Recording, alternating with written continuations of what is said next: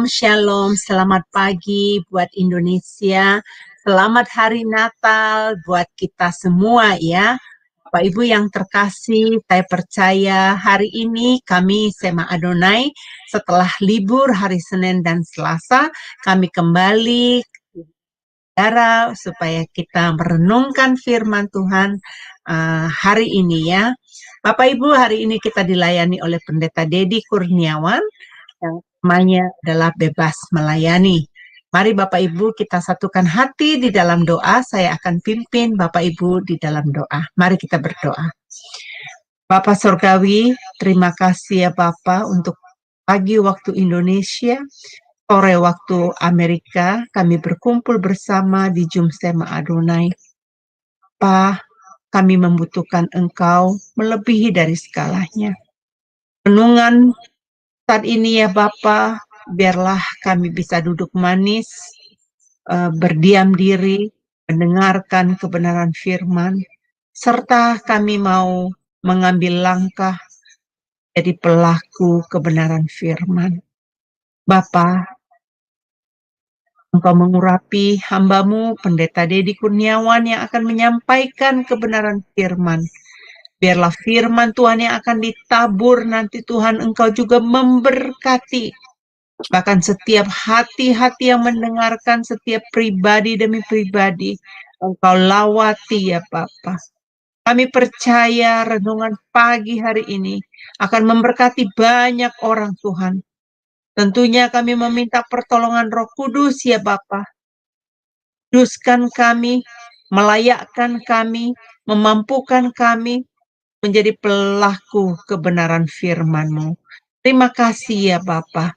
Kami serahkan di dalam tangan kasih-Mu renungan pagi Sema Adonai dalam nama Tuhan Yesus. Haleluya. Amin. Terpujilah nama Tuhan. Amin, amin, amin. Bapak Ibu, mari kita akan mendengarkan pujian pertama sekali yang akan dinyanyikan oleh Ibu Murni Brand.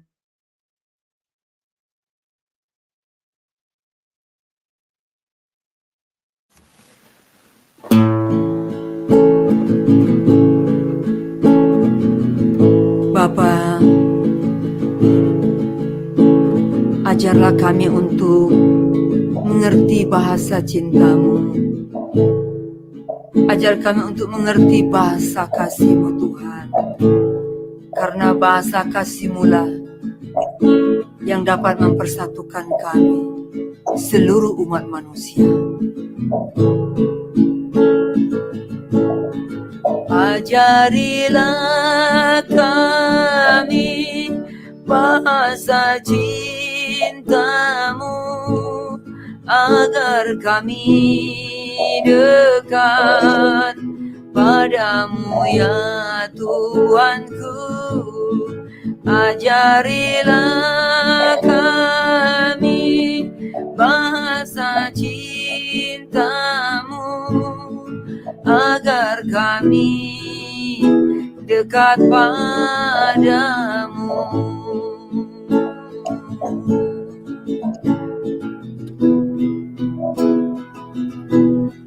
Andai kata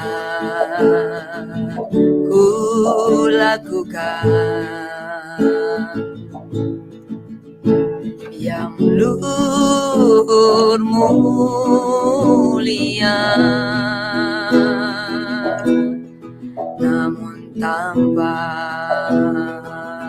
kasih cinta, hampa tak berguna.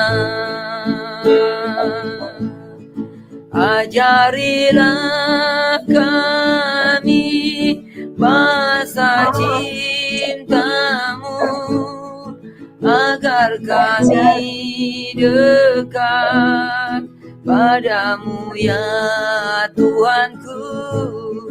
Ajarilah kami bahasa cinta-Mu, agar kami dekat padamu.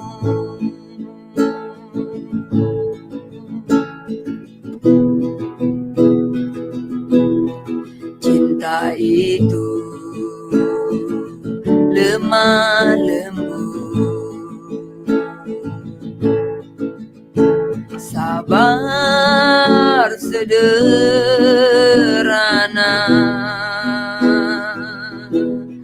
cinta itu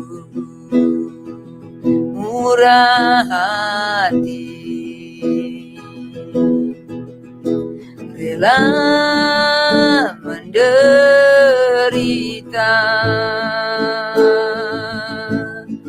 Ajarilah kami bahasa cintamu,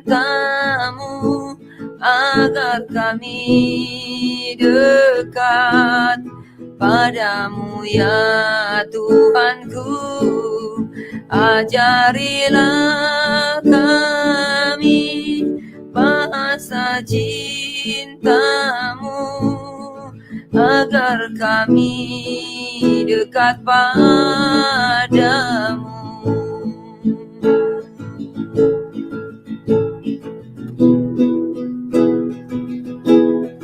Andai kata ku dermakan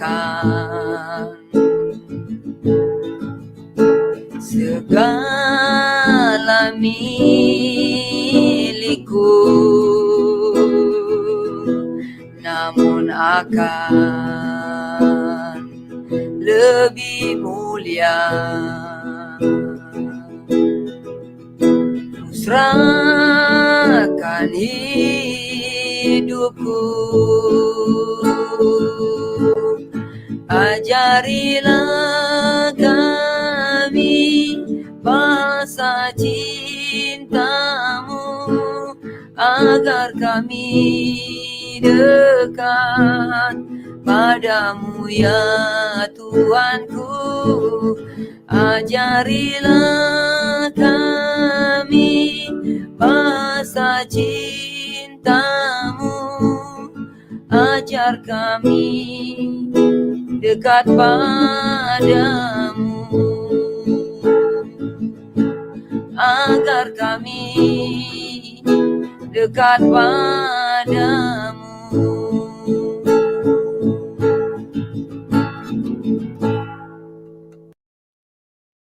Amin, amin. Benar ya, itu pujian kita yang kita berharap kepada Tuhan. Ajari kita banyak hal, bukan hanya satu hal, tetapi banyak hal. Nah, kita akan mendengarkan firman Tuhan dari Pendeta Dedi kan untuk menyampaikan renungannya, Pak. Masih di mute, Pak. Ya, makasih Bu Heni. Bapak Ibu sekalian, kita akan belajar pagi hari ini, kita akan lihat kebenaran firman Tuhan.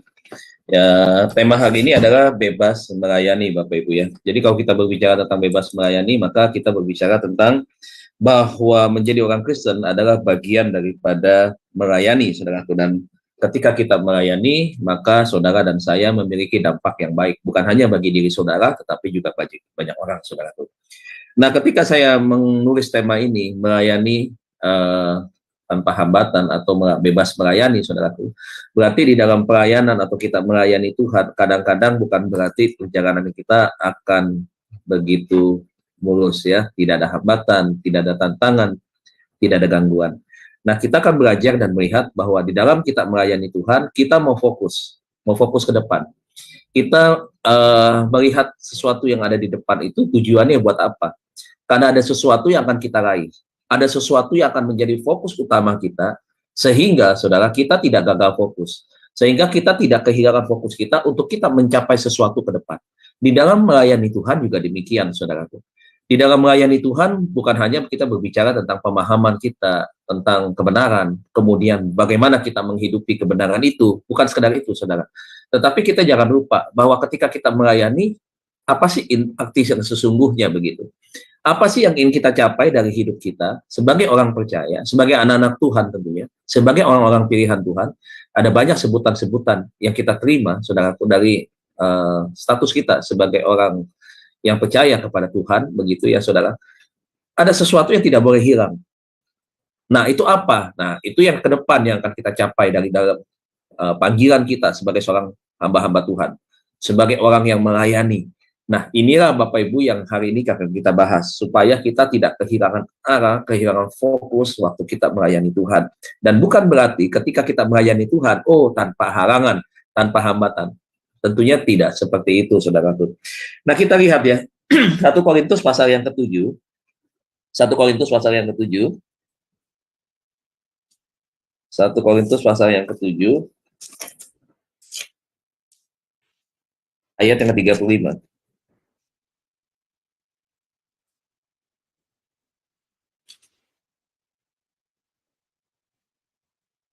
1 Korintus pasal 7 ayat 35. Saudara, waktu saya membaca ayat ini, konteksnya memang kita berbicara banyak di sini ya. Paulus sedang berbicara tentang perbudakan, berbicara tentang perkawinan di sini. Itu banyak ya. Tapi ada sesuatu hal yang saya tangkap. Ya, ada satu hal yang saya tangkap, yaitu ayat 36. Ya, ayat 36. Nah, inilah yang kadang-kadang saudara ada satu hal yang harus kita waspada, yang tidak boleh kita lengah, yaitu apa? Adanya gangguan. Nah, kita lihat ya.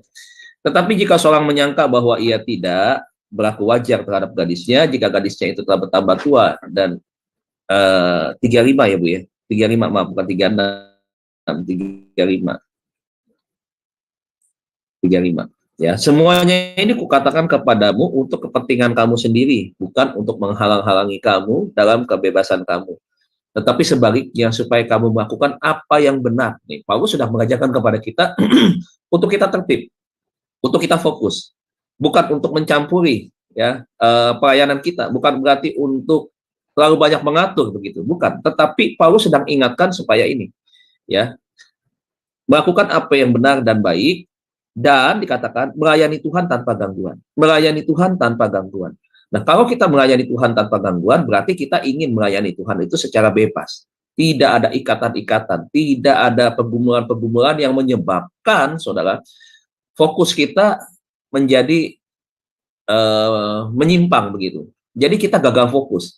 Nah, Paulus sedang kasih tahu supaya kita bisa melayani Tuhan, dan kita mesti tahu bahwa ada gangguan-gangguan yang bisa menyebabkan kita terganggu di dalam pelayanan, saudara.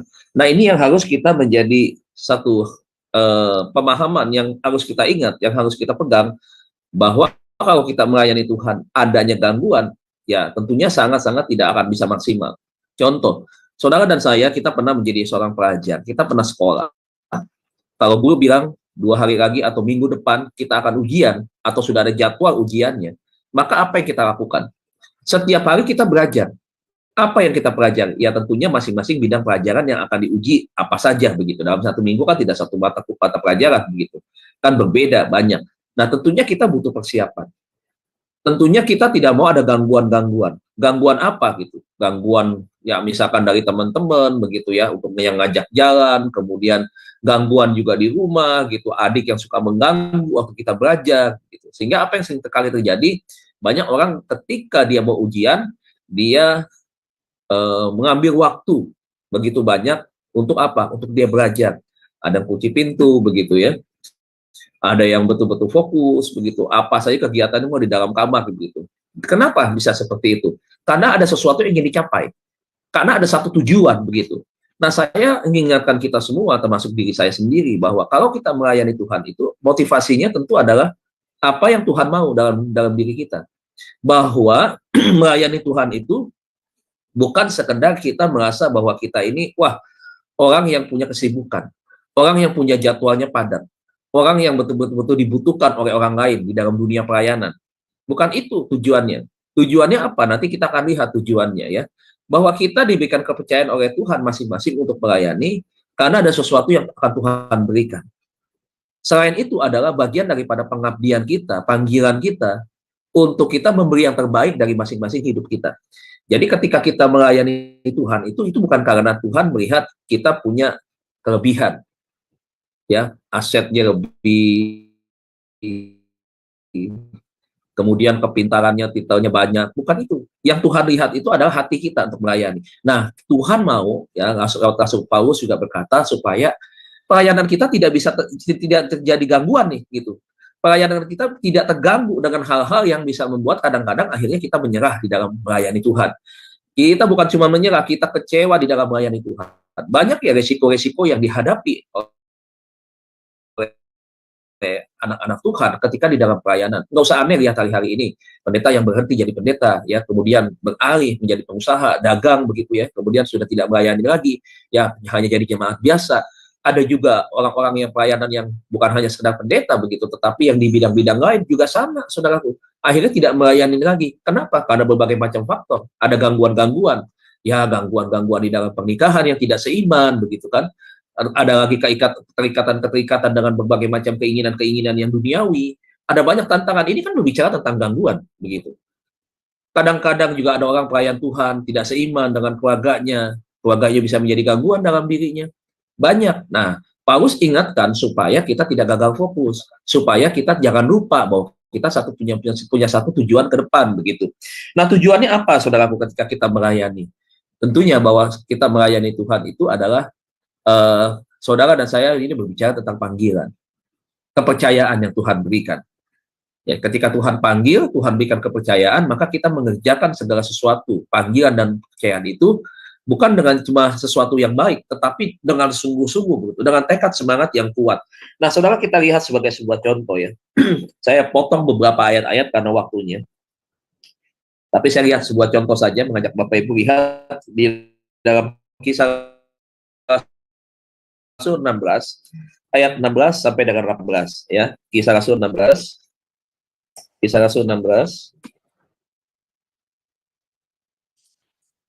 ayat yang ke-16 sampai dengan 18.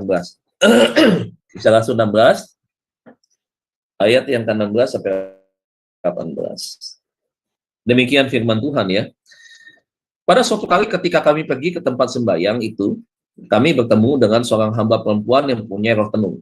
Berarti ada kuasa kegelapan ya, black magic atau ilmu hitam dari seorang perempuan. Perempuan ini adalah ahli tenung begitu ya. Dengan tenungan-tenungannya, tuannya memperoleh penghasilan besar. Ternyata dia ada bosnya, saudaraku ya. Dia dikendalikan oleh tuannya, dan tuannya meraup keuntungan dari hasil itu tadi, tenungan-tenungan dari perempuan itu. Kemudian dikatakan ia mengikuti Paulus dan kami. Ya, artinya Paulus dan beberapa orang ya, dari belakang sambil berseru, katanya, orang-orang ini adalah hamba Allah yang maha tinggi. Mereka memberitakan kepadamu jangan kepada keselamatan. Ayat yang terakhir, ayat yang ke-18, hal itu dilakukannya beberapa hari lamanya. Berarti lihat nih saudara, bukan 1 jam, bukan 2 jam, tapi hitungannya hari, beberapa hari, bisa lebih dari 1 hari berarti saudara. Ya, tetapi ketika Paulus tidak tahan lagi akan gangguan itu, ia berpaling dan berkata kepada roh itu, demi nama Yesus Kristus, aku menyuruh engkau keluar dari perempuan ini. Seketika itu juga keluarlah roh itu. Saudara, kita lihat ada satu peristiwa yang hebat yang luar biasa terjadi, bukan karena si penenung perempuan ini, saudaraku, tetapi kita bisa melihat bahwa kuasa Tuhan itu begitu hebat. Ketika Paulus merasa terganggu oleh gangguan daripada si petenung ini, saudara, dia akhirnya berkata bahwa di dalam nama Yesus keluar. Ada satu hal yang kita bisa pelajari, bahwa ada kemerdekaan dari ikatan kuasa kegelapan kepada si perempuan ini. Perempuan ini di satu sisi dia memiliki kemerdekaan, mendapatkan kebebasan begitu dari ikatan kuasa kegelapan, saudara. Sehingga makanya saya bilang ketika kita melayani, pelayanan itu harus bisa berdampak buat orang lain. Ini kan bicara soal dampak, begitu. Paulus ketika melayani, dia sebagai orang pilihan Tuhan, kita bisa mengikuti contoh keteladanan Tuhan, bagaimana hidup kita bisa dipakai oleh Tuhan, belajar dari Paulus, begitu. Dan akhirnya apa yang terjadi? Paulus bisa memberikan satu dampak yang besar bagi si perempuan ini.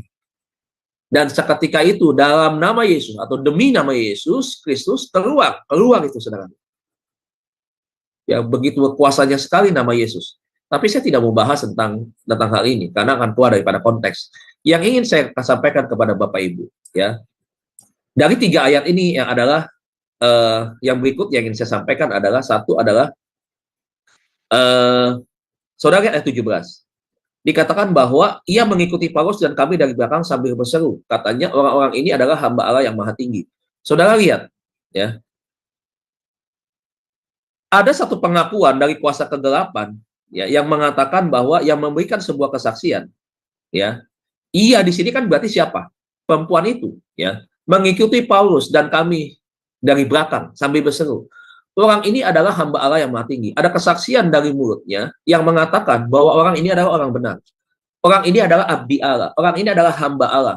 Saudara, selagi-lagi di Alkitab kita bisa melihat ada pengakuan dari kuasa kegelapan bahwa seorang hamba Tuhan yang hidupnya benar saja diakui oleh siapa? Oleh kuasa kegelapan.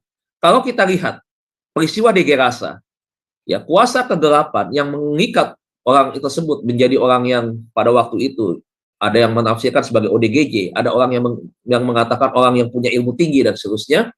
Ada pengakuan dari kuasa kegelapan dari setan bahwa Yesus itu anak Allah yang maha tinggi. Itu adalah salah satu yang ditulis oleh Alkitab.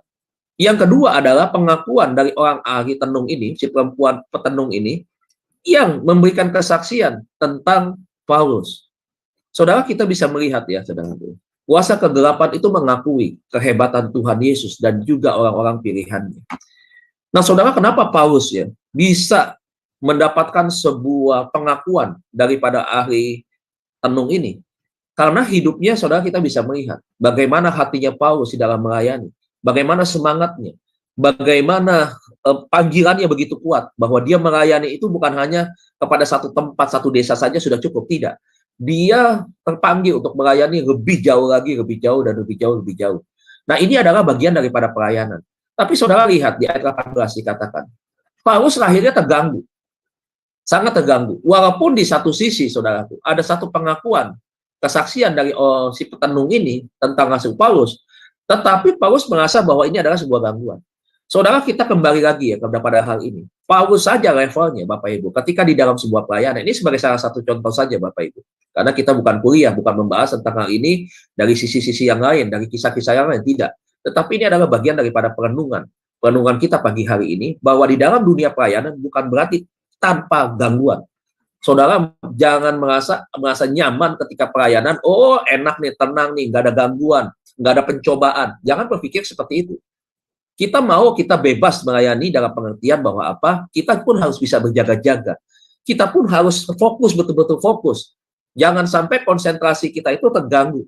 Nah, seringkali ya, iblis apapun ya modelnya ya, mau statusnya sebagai petenung kayak, mau statusnya sebagai orang apa lagi, banyaklah saudaraku ya.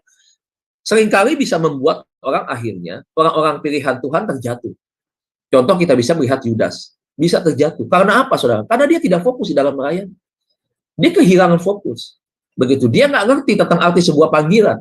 Dia nggak ngerti tentang bagaimana pengabdian hidup kita hanya untuk melayani Tuhan. Begitu. Dia nggak ngerti bahwa saudara dan saya dipanggil untuk menggenapi rencana Tuhan. Rancangan Tuhan yang sempurna atas kita. Bukan hanya kita mengejar tentang keselamatan. Bukan itu, walaupun keselamatan itu penting. Bukan. Keselamatan tidak mungkin kita bisa raih, kita bisa pertahankan kalau kita melayani Tuhan juga setengah-setengah. Nggak bisa begitu. Bosan melayani, ya begini-gini aja ya melayani Tuhan ya. Ya kita nggak dapat apa-apa. Nah ini saudara. Ini adalah bentuk sebuah gangguan. Ada banyak gangguan-gangguan lainnya yang bisa terjadi di dalam diri kita. Ketika performa penampilan, pelayanan kita itu bagus ya, wah kita merasakan bahwa ada sesuatu yang berbeda dari panggilan itu. Dan saudara juga memiliki dampak yang besar buat orang lain di dalam pelayanan saudara, begitu. Nah, seringkali akhirnya itu tadi. Kadang-kadang ada gangguan-gangguan yang bisa menyebabkan supaya pelayanan kita itu hancur. Supaya pelayanan kita itu jatuh. Supaya pelayanan kita itu tidak bisa menjadi berkat. Ini bicara soal gangguan. Jadi hati-hati. Nah, sebelum kita melihat ada gangguan dari dalam, ada gangguan dari luar. Nah, saudara, ketika saudara terpanggil menjadi pelayan Tuhan, ada 3 hal yang harus saudara perhatikan. Gangguan-gangguan yang bisa menyebabkan saudara tidak maksimal di dalam pelayanan dan melayani Tuhan. Dan ini merupakan sebuah gangguan di dalam diri saudara ketika saudara melayani. Gangguannya itu gangguan apa sih sebenarnya? Nah, saya masuk di dalam inti pesan firman Tuhan pagi hari ini, saudara.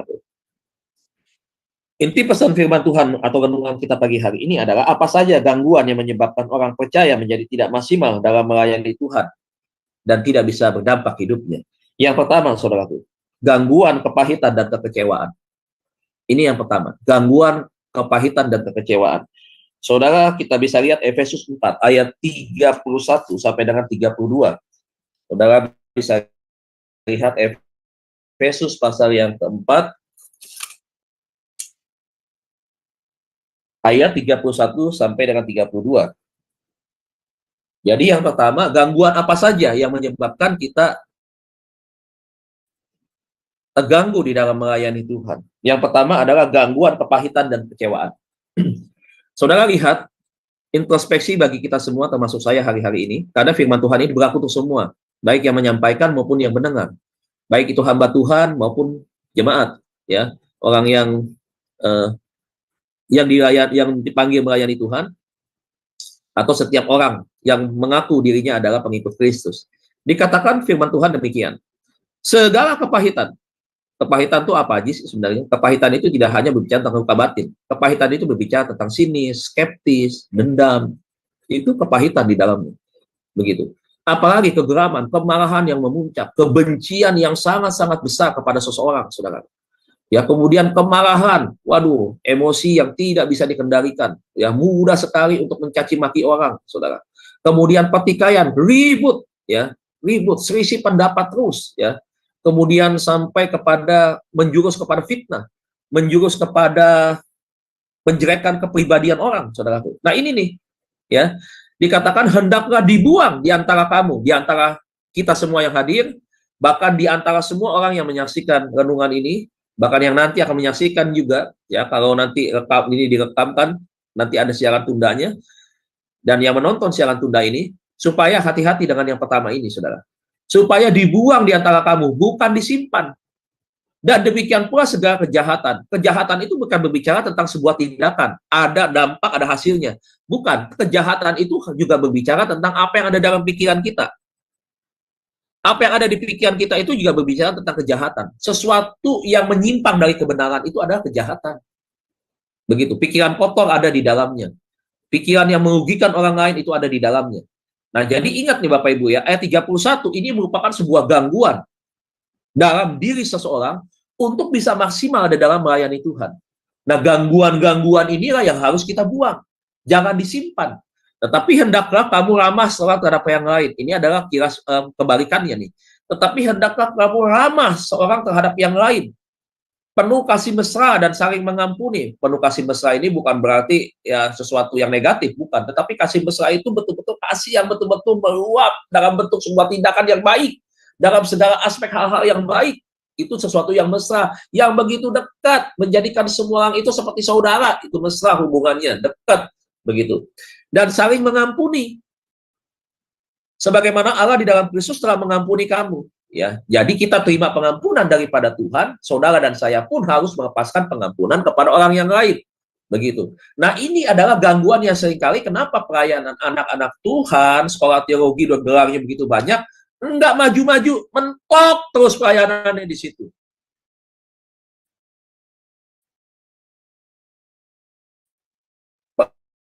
Pelayanannya nggak bisa jadi berkat buat orang lain. Kenapa? Dia lupa melayani tetap masih punya kemarahan sama orang lain.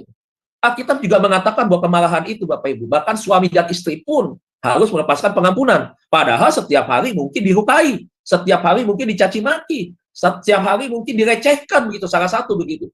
Tetapi Alkitab bilang lepaskan pengampunan setiap hari, Pak Bu. Nah ini kan buktinya, saudaraku, bahwa betapa pentingnya pengampunan itu ketika orang, apalagi dia sebagai orang yang melayani sesama, begitu. Nah, pelayanannya tidak maksimal inilah racun yang utama nih, saudaraku. Nah, iblis seringkali goda, jangan mau ngampunin dia. Oh, ngapain ngampunin dia, disakitin, dipermalukan seperti itu. Bodoh lu ya mau mengampuni, itu iblis. Tapi buat Tuhan, ya, buat kita sebagai orang percaya nih, Tuhan mengajarkan apa? Hinaanmu, penderitaanmu tidak seperti apa yang aku alami. Kalau kata Tuhan bilang nih, kalau Tuhan mau kasih tahu, mau dibandingkan begitu. Nggak sebanding, begitu. You mau lihat mana aku seperti ini saja bisa mengampuni di atas kayu salib dan mendoakan mereka, bersyafaat buat mereka yang ada di bawah tuh. Pelaku-pelaku yang melakukan kejahatan, menghina, meludahi, memukul Yesus, menyalibkan Yesus. Yesus sampai bisa melepaskan pengampunan, doa syafaat kepada Bapa di sorga. Ampuni Tuhan. Mereka nggak tahu apa yang mereka perbuat. Coba saudaraku. Bisakah kita seperti itu? Nggak bisa. Nggak bisa. Tapi kita bisa lakukan ketika kita bilang, Tuhan, kalau saya mencintai Tuhan, saya pasti ikuti apa yang Tuhan kerjakan. Tuhan, kalau saya menomorsatukan Tuhan sebagai sumber teladan di dalam kehidupanku, aku yakin aku bisa. Karena sebagaimana manusia, keterbatasan kemampuanku, ya sangat terbatas. Tetapi kalau aku percaya kepada Tuhan, aku meneladani Tuhan yang tidak terbatas, maka aku cakap untuk melakukan segala sesuatu, dan aku bisa mengerjakannya. Ya begitu dong. Ya. Jadi ini poin yang pertama nih, hati-hati, hati-hati ya. Orang bisa nggak melayani, tetapi hatinya punya kemarahan. Bisa Bapak Ibu. Orang bisa nggak berdoa nih, buat orang lain begitu, tetapi hatinya bermasalah begitu. Bisa. Tapi kita nggak bisa maksimal melayani seperti Paulus. Kenapa? Ya karena ada ini. Makanya tadi saya bilang, buang. Ketika kita buang, kita bisa melihat hasil yang berbeda. Waktu kita nggak buang, waktu kita simpan, setelah kita buang. Hasilnya apa? Kita bisa merasakan sendiri, kita bisa menilai sendiri, begitu. Nah, Bapak Ibu Saudara yang kasih Tuhan ya, segala sesuatu yang kita simpan, ayat 31 ini, itu kalau didiamkan di dalam tubuh, ya itu akan menjadi sampah, akan menjadi sesuatu yang busuk. Makanya saudara dengarkan, ada yang, oh hatinya busuk, seperti itu. Kenapa saudaraku? Ya karena ini, menyebabkan hati yang tadinya bersih, bagus, begitu ya, memancar kehidupan, kalau Amsal bilang, jadi memancarkan kematian. Kenapa? Karena busuk hatinya. Nah, supaya hatinya tidak busuk, buang ini. Karena ini gangguan yang utama untuk saudara maksimal melayani Tuhan. Itu yang pertama. Jadi gangguan apa? Gangguan kepahitan dan kekecewaan. Yang kedua, saudaraku, kita lihat. Saya cepat saja, saudaraku. Gangguan apa lagi, saudaraku? Supaya kita bebas melayani Tuhan tanpa hambatan, begitu. Supaya kita bebas melayani Tuhan tanpa gangguan. Kita lihat, saudaraku. Filipi pasal 3, ayat 13 sampai ayat 14. Filipi pasal 3, Filipi pasal 3 ayat 13 sampai 14.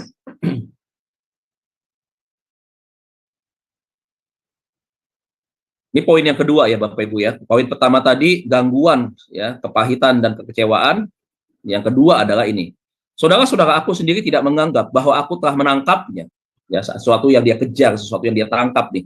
Ada target maksudnya. Tetapi ini aku lakukan. Aku melupakan apa yang ada di belakangku dan mengarahkan diri kepada apa yang ada di hadapanku.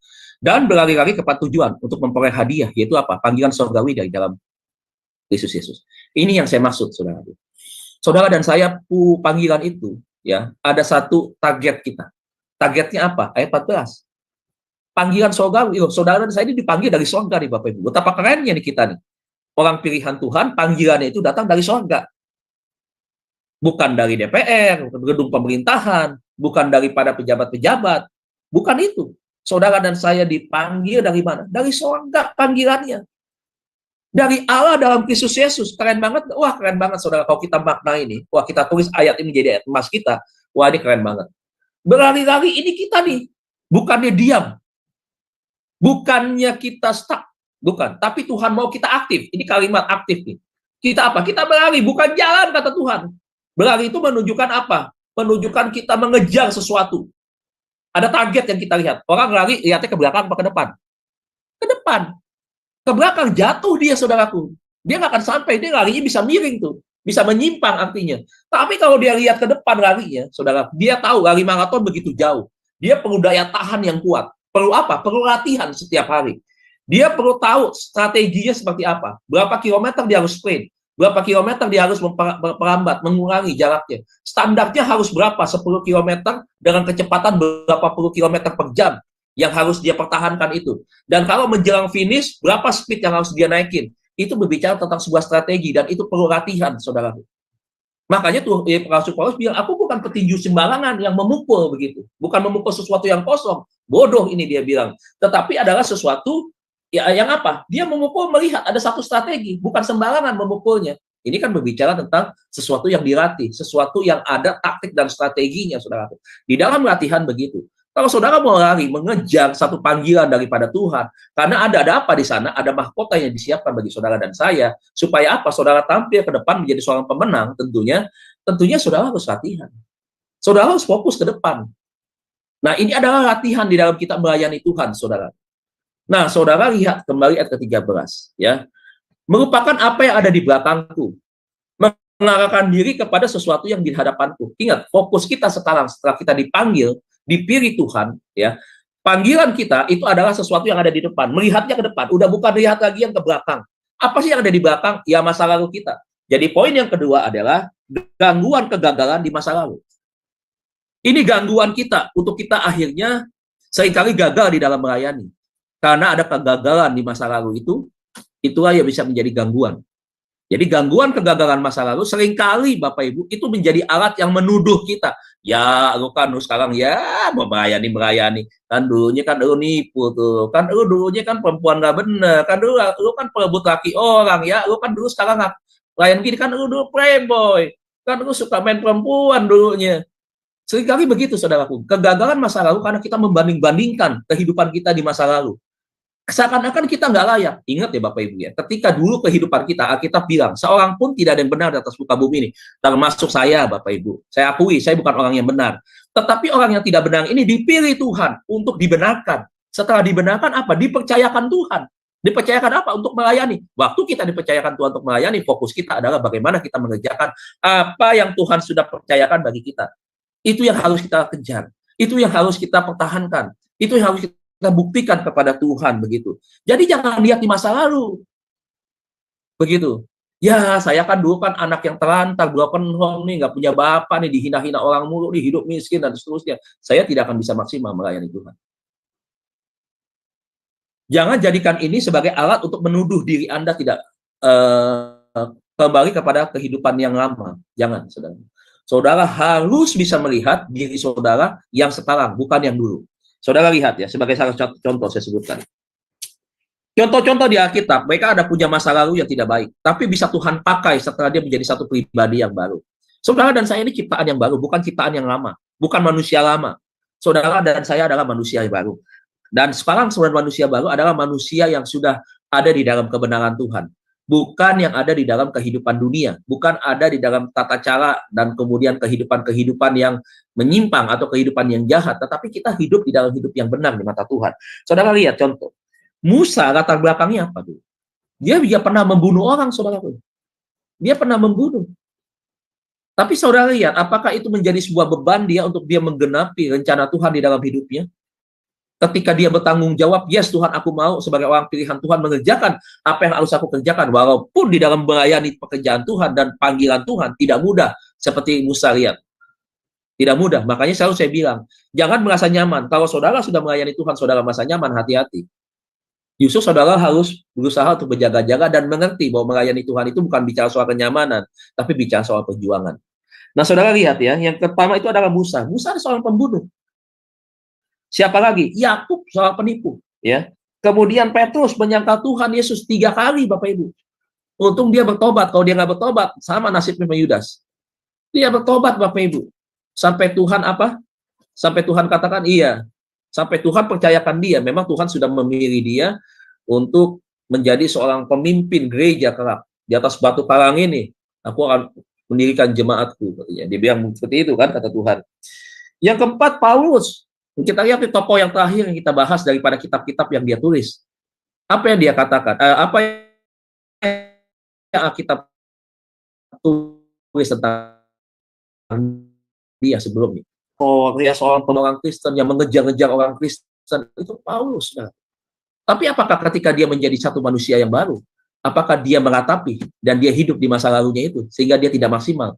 Kemudian dia merasa, aduh mau melayani Tuhan, saya kan pembunuh ya, aduh saya kan dulu yang bunuh orang Kristen ya, saya kan yang melempari batu Stefanus ya, saya kan yang menyuruh orang-orang memprovokatori ya supaya cari orang Kristen, ya aniaya, bunuh, kan dulu saya begitu ya, nggak bisa maju yang model begini, nggak bisa maju ya. Jadi kalau Tuhan sudah milih saudara, saudara sudah melepaskan kehidupan masa lalu, saudara diampuni oleh Tuhan dosanya, saudara bisa belajar untuk maksimal. Ini gangguan. Jangan kembali kepada masa lalu. Saudara sekarang dan saya hari ini fokusnya ke depan. Lihat yang ke depan. Kita berjalan ke depan, bukan kita berjalan mundur. Bukan kita berlari sambil nengok ke belakang. No, tidak seperti itu. Ya, tinggalkan beban masa lalu saudara. Gangguan-gangguan di masa lalu. Buang itu, lupakan itu. Jangan taruh lagi di pikiran saudara. Buang, minta Tuhan bersihkan itu. Hati, pikiran kita. Supaya jangan ada sisa di dalam hati dan pikiran kita. Berkaitan dengan apa yang kita kerjakan di masa lalu. Saudara lihat, orang-orang yang seperti ini bisa Tuhan pakai. dan hidupnya bisa berubah 180 derajat, berbeda dari kehidupan yang lama. Kita pun demikian, Bapak Ibu. Jangan lihat siapa diri kita dulu, lihat siapa diri kita sekarang. Yang ketiga, yang terakhir, saudara. Gangguan apa yang ketiga? Yang ketiga adalah gangguan kekhawatiran dan ketakutan. Yesaya 41 ayat yang ke-10. Yesaya 41 ayat 10. Banyak ya ayatnya ya Bapak Ibu ya, apalagi bicara soal kekhawatiran ya. Kata khawatir saudara bisa temukan kurang lebih 365 kata di dalam Alkitab. Saudara lihat bahwa yang ketiga adalah gangguan kekhawatiran dan ketakutan ya. Saudara lihat Yesaya 41 ayat yang ke-10. Yesaya 41 ayat yang ke-10. Nah, ini saudara perhatikan ayat firman Tuhan yang menegaskan pernyataan Tuhan bagi kita juga nih saudaraku. Dikatakan janganlah takut, ya, janganlah takut. Saudara dan saya dilatih oleh Tuhan, ya, bukan untuk menjadi penakut, tetapi untuk menjadi pemberani. Pemberani dalam apa? Pemberani di dalam hal ini tadi, di dalam menghadapi keadaan-keadaan yang membuat kita bisa menjadi lemah. Itu yang harus kita lawan. Dikatakan sebab aku menyertai engkau. Artinya kalau Tuhan menyertai, Tuhan mendampingi, Tuhan mengikuti. Tuhan ada bersama dengan kita. Dikatakan janganlah bimbang, ya, sebab aku ini Allahmu. Aku akan meneguhkan, bahkan aku akan menolong engkau. Aku akan memegang engkau dengan tangan kananku yang membawa kepada kemenangan. Lihat, saudara. Kenapa kita mesti khawatir? Kenapa kita mesti takut? Jujur Bapak Ibu, ya, hamba Tuhan setinggi apapun pelayanannya, seluas apapun pelayanannya, bukan berarti dia bebas dari rasa takut dan kekhawatiran. Dia punya rasa takut dan khawatir. Nabi-nabi pun punya zaman dulu. Rasul-rasul pun juga sama, saudara. Dia punya rasa takut, punya kekhawatiran. Tetapi Tuhan menegaskan, sesuatu yang menjadi kelemahan bagi manusia, dia ingatkan, jangan pernah takut. Dia jamin saudara dan saya sebagai orang percaya, anak-anak pilihannya, saudara, supaya saudara tidak menyerah kepada yang disebut dengan rasa khawatir, rasa takut. Sebab apa? Dia menjamin saudara dan saya bahwa aku akan menolong, aku akan memegang dengan tanganku, kananku yang membawa kepada kemenangan. Artinya apa? Saudara dan saya dibawa Tuhan untuk meraih kemenangan, bukan untuk meraih kegagalan dan kekalahan. Berarti saudara dan saya hari ini diberikan kekuatan, itu datangnya daripada Tuhan. Kalau saudara bisa menang dari bebas rasa khawatir, rasa takut, itu berarti bukan karena kita, itu karena Tuhan. Nah, jadi poin yang ketiga adalah bagaimana kita bisa melayani bebas tanpa hambatan, kita bisa melayani tanpa gangguan, karena ada 3 hal yang harus kita bereskan, atau yang harus 3 hal yang akan kita ikuti. Nah, yang pertama adalah saudaraku, gangguan daripada kekecewaan dan kepahitan, atau gangguan kepahitan dan kekecewaan. Yang kedua adalah gangguan kegagalan di masa lalu.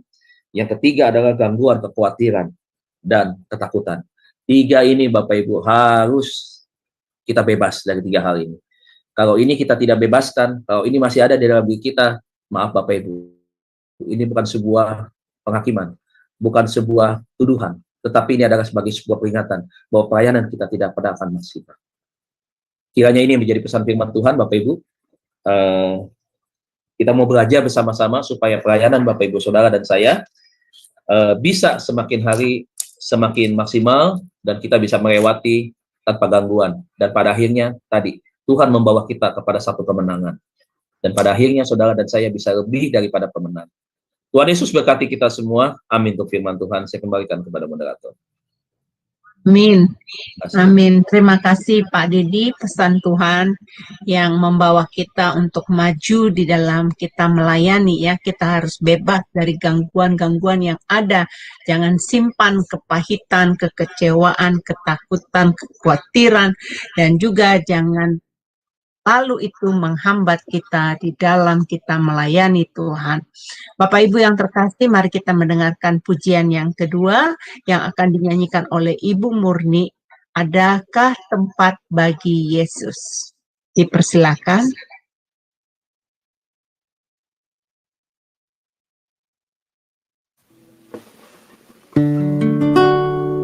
Firman-Nya bersabda, Wahyu 3 ayat 20. Lihatlah, aku berdiri di muka pintu dan mengetuk. Jikalau ada orang yang mendengar suaraku dan membukakan pintu, aku akan masuk mendapatkannya dan aku makan bersama-sama dengan Dia, dan Ia bersama-sama dengan aku. Amin.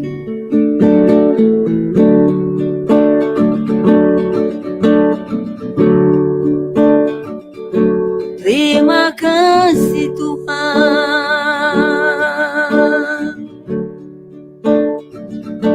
Engkau baik,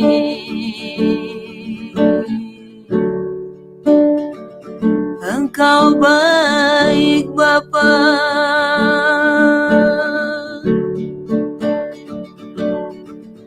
Terima kasih.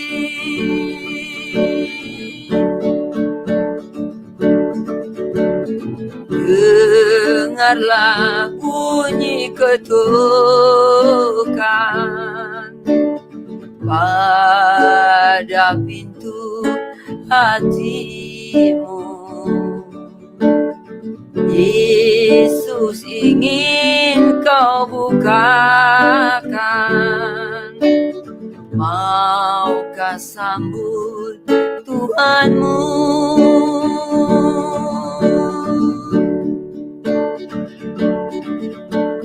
Adakah tempat baginya dalam ruang hatimu?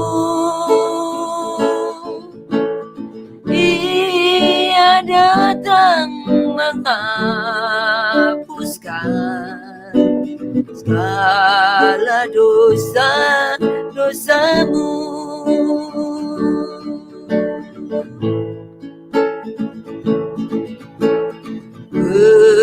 Pekerjaan dan hiburan memenuhi hatimu, namun tiada kau sediakan tempat bagi Tuhanmu.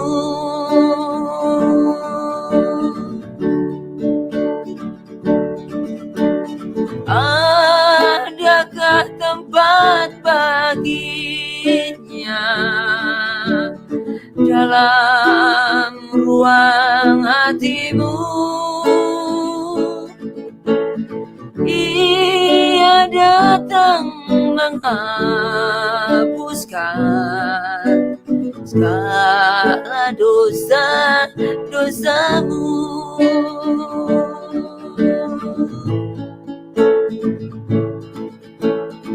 Banyak waktu kau gunakan, segala kesibukan, tapi bagi juru selamat tiada lagi waktumu. Adakah tempat baginya dalam ruang hatimu? Ia datang menghapuskan segala dosa-dosamu.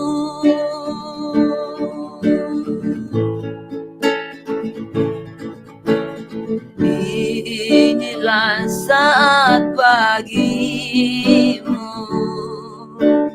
mendengar suara Tuhan. Jangan keraskan hatimu, esok mungkin berlalu. Adakah tempat baginya dalam ruang hatimu? Ia datang menghapuskan segala dosa-dosamu, segala dosa-dosamu.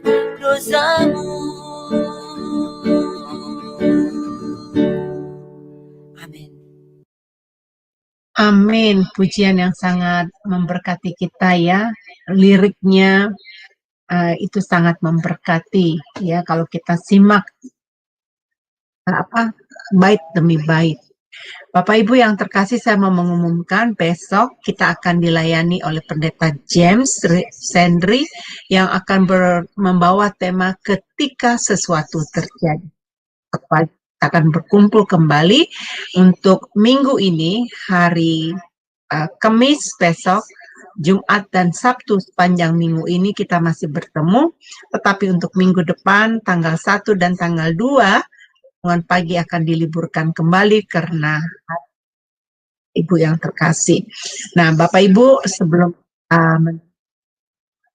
saya akan berdoa firman Tuhan dan kemudian nanti saya minta Bapak Pendeta Dedi akan berdoa berkat buat kita semua. Mari kita satukan hati.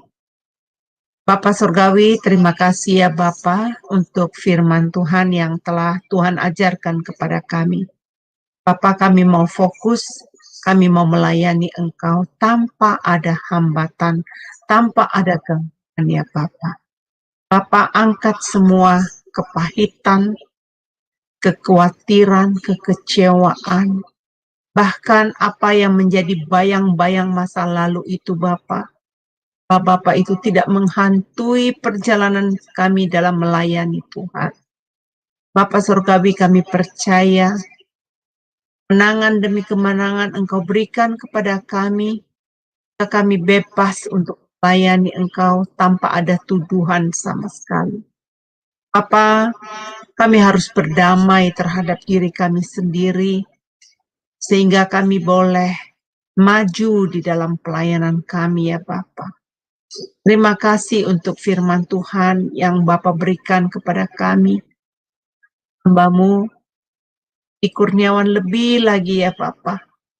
Tugas-tugas dia sebagai gembala sidang di dalam gerejanya, dan dia sebagai dosen Tuhan di onsite, di STT, dan juga mengajarkan kali pengajaran-pengajaran firman, baik juga yang di Zoom Tuhan, di Zoom Sema Adonai, di pengajaran-pengajaran.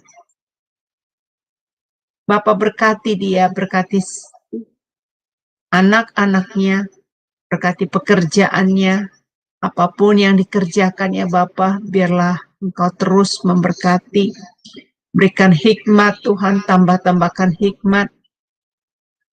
Ya kemampuan ya Bapak untuk mengajar banyak setiap anak-anak Tuhan. Bapak Surgawi, kami serahkan Pak Dedi Kurniawan di dalam tangan kasih-Mu. Percaya siapapun yang mendengarkan renungan pagi hari Sema Adonai ini akan diberkati dan mengambil komitmen untuk berterus Tuhan di dalam melayani Tuhan. Terima kasih Bapa. Di dalam nama Tuhan Yesus kami berdoa. Haleluya. Amin. Bapak Ibu yang terkasih, saya mau mengumumkan doa syafaat yang diadakan setiap hari Senin dan hari Sabtu. Kebetulan Senin besok kita diliburkan ya, tapi hari Sabtu apabila ada permohonan doa, tolong disampaikan kepada kami supaya kami bisa mendoakannya. Bagi teman-teman yang telah mengirimkan doa, apabila telah dijawab doanya, tolong juga disampaikan supaya kami bisa tahu, kalau enggak kami akan doakan terus ya. Bapak Ibu yang terkasih, mari kita menerima berkat dari hamba Tuhan.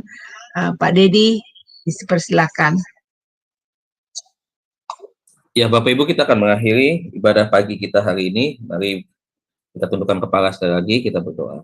Bapak, terima kasih kebenaran-Mu kami terima dan kebenaran-Mu akan kami lakukan, sebab kami ingin hidup kami menjadi pelaku firman Tuhan, hidup kami berdampak bagi orang lain, kami ingin menjadi pemenang, dan kami mau melayani Tuhan tanpa adanya gangguan. Kami ingin Tuhan pelayanan kami semuanya berjalan dengan indah, tanpa ada sesuatu hambatan-hambatan yang menyebabkan kita akhirnya mundur daripada pelayanan itu sendiri, kecewa, meninggalkan Tuhan, marah, sedih, dan pada akhirnya kami terhambat untuk kami berlari mengejar yang menjadi satu tujuan di dalam panggilan surgawi. Terima kasih Tuhan, sebentar kami akan beraktivitas, melakukan semua pekerjaan, tugas-tugas yang Tuhan percayakan bagi kami. Kami siap Tuhan untuk kami terima berkat daripada Tuhan. Mari Bapak Ibu Saudara, buka hati, pandanglah wajah Tuhan, terima berkat daripada Tuhan. Kekasih-kekasih Tuhan, hamba-hamba Tuhan yang diurapi, yang terus dituntun oleh Tuhan, hidup di dalam kebenaran, dan menjadi berkat bagi banyak orang. Terimalah berkat Allah Bapa kita di sorga, cinta kasih daripada Tuhan kita Yesus Kristus, pertolongan, penghiburan, penyertaan Allah Roh Kudus akan terus menuntun, menyertai kita, dan membawa kita setiap hari kepada panggilannya, dan pada akhirnya memberikan kepada kita kemenangan, bahkan lebih daripada pemenang, yang percaya dan diberkati. Bersama-sama kita katakan, amin. Amin. Amin. Amin. Terima kasih atas pelayanannya Pak Dedi. Tuhan memberkati Sama-sama selalu. Ibu Heni, terima kasih Bapak Ibu semua. Selamat beraktivitas. Tuhan Yesus berkati Bapak Ibu semua. Baik Bapak Ibu yang terkasih, kami Sema Adonai memohon diri. Sampai ketemu besok pagi.